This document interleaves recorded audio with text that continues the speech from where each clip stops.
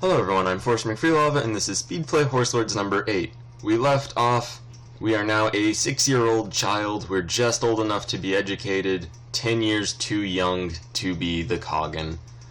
First things first, we have to reassemble all of our armies. Every time we lose control of the Khaganate, all of our armies are split into their individual components. We have to go around the entire world just piecing those back together. Second of all, we set up our cabinet and attempt to find someone to educate us to hopefully make us better than the last Khagan. At any rate, with that more or less taken care of, we now only control a very small portion of the former Khaganate, but we have 10 years to hold it together. Unfortunately, the new Khagan immediately breaks off, founding the Arabian Empire, the second time a Khagan has broken off, and the second time forming the Arabian Empire.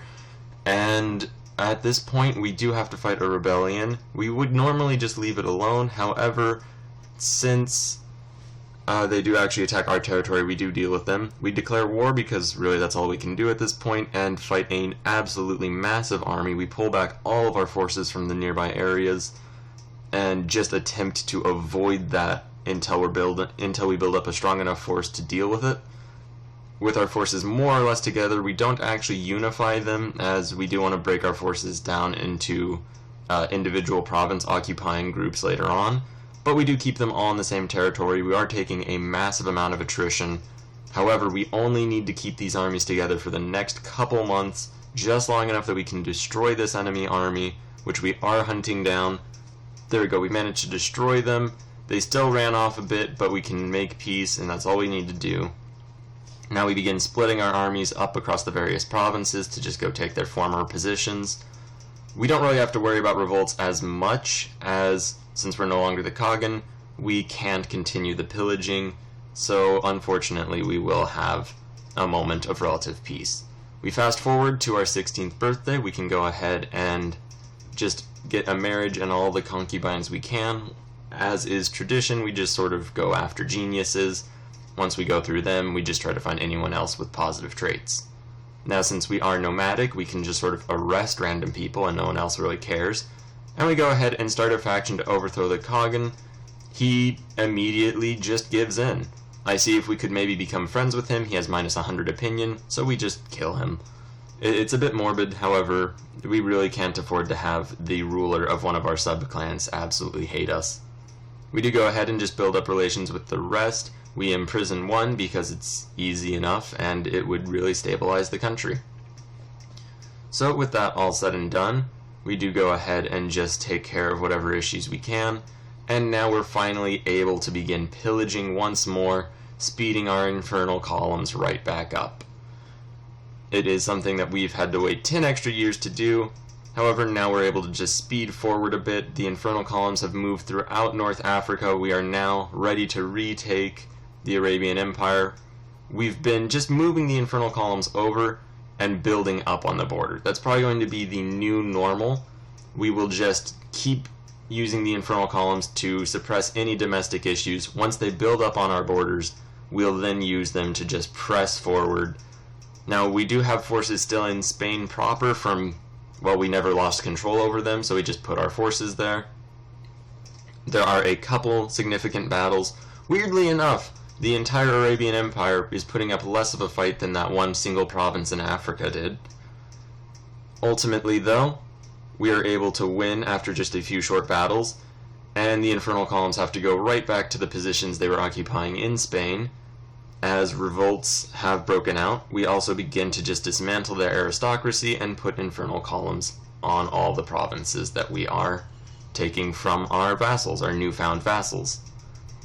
We'll generally just leave the vassals in charge of the areas they're in control of now until we can get a group of soldiers on them. We also go ahead and declare war on Mali just to clean up the final African area we do not control.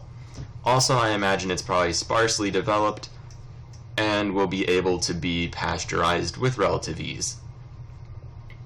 Now, that being said, we can't declare a single war in order to take them entirely over, so we do have to go through a small process of just repeated war declarations, and you'll notice that every once in a while we do go very quickly through the rest of the empire, this is in large part just because we have to manually pillage still. It is just an option that we're able to get. Unfortunately, when we're at peace, the options to pillage are replaced by options to settle as well as to pillage, and it is incredibly worrying, the thought that I might accidentally click to settle, just like the last two Khagans have done, or the last two non-player Khagans have done. So it's probably advisable to stay in a constant state of war, just so that the option doesn't show up. At any rate, we are advancing fairly quickly through Mali. They don't have very much of a force to put up any resistance, and we are able to just take them apart duchy by duchy. And we do go ahead and just dismantle their aristocracy entirely. We've been waiting in Spain and throughout because of the threat of revolt. Really, I don't imagine there'll be that much threat of revolt down here, and we'll probably be able to get away with smaller Infernal Columns. And you'll notice we are starting to split our forces up in order that we may just have a presence on each of the provinces. Meanwhile, though, they are falling apart rather quickly. One good holy war in, and we'll be able to fully annex them. From there, it'll just be a short process. We do still have to give lands to our various sub-clans, as we don't want to get a minor clan rising. It is a terrible event. That would be quite a bit of an issue. Ultimately, though, the wars are essentially over, with our final peace offer just being made. We now control all of Africa, and we do go ahead and start dismantling the very, very last bit of the old Malian king's power base. Our forces are spreading throughout North Africa. Fairly soon we'll be able to have the entire area pillaged. Unfortunately, the former Malian king does decide to revolt. Luckily, it's not that much of a threat, and we're able to just clean it up rather quickly.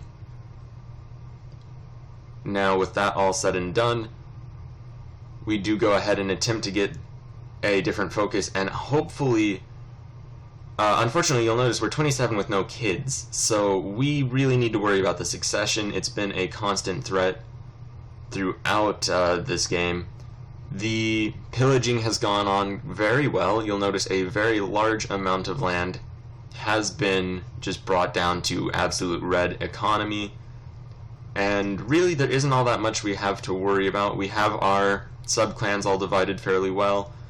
Our culture is being spread throughout the world, with just a few pockets here and there, but we have Infernal Columns on those pockets. Now, at this point, we are already halfway across Spain. We will probably come back and declare further wars into Europe. However, this is where we're going to stop for today. Thank you very much for watching. Please like, share, and subscribe.